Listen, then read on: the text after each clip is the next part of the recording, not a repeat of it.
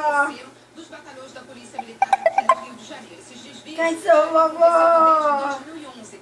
Cada batalhão é responsável pelo próprio armamento. Antes, o controle era feito de maneira manual, mas depois que os desvios foram constatados, agora esse controle é feito de maneira informatizada. Existe também a suspeita de envolvimento de unidades de polícia pacificadora do BOP, o Batalhão de Operações Especiais da PM, e também de outros 39 batalhões do Estado aqui do Rio de Janeiro.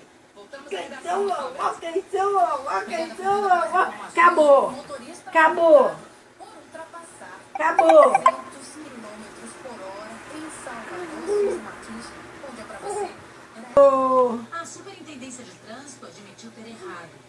Outros 22 motoristas também foram flagrados pelo mesmo radar, na mesma avenida e em altíssima Não, vovó vai fazer chorar.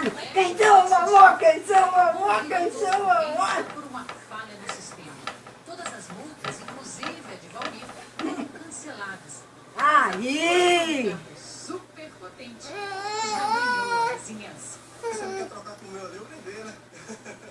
Quem der o melhor lançar. Nem uma Ferrari chega a tanto. A Ferrari atinge apenas 350 km por hora.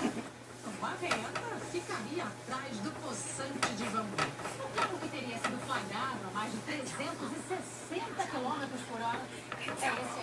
Modelo 1996. Tchau. Tchau. Conservado não. E o Tchau, Fábio. o máximo é 220 km por hora. Ele não consegue passar dos 80 km por hora. E o carro sente e começa a tremer. Já levanta rindo. Aí, Só devagarzinho, Leite. Quando a multa chegou, ele achou que era brincadeira e de muito Meu, você levanta.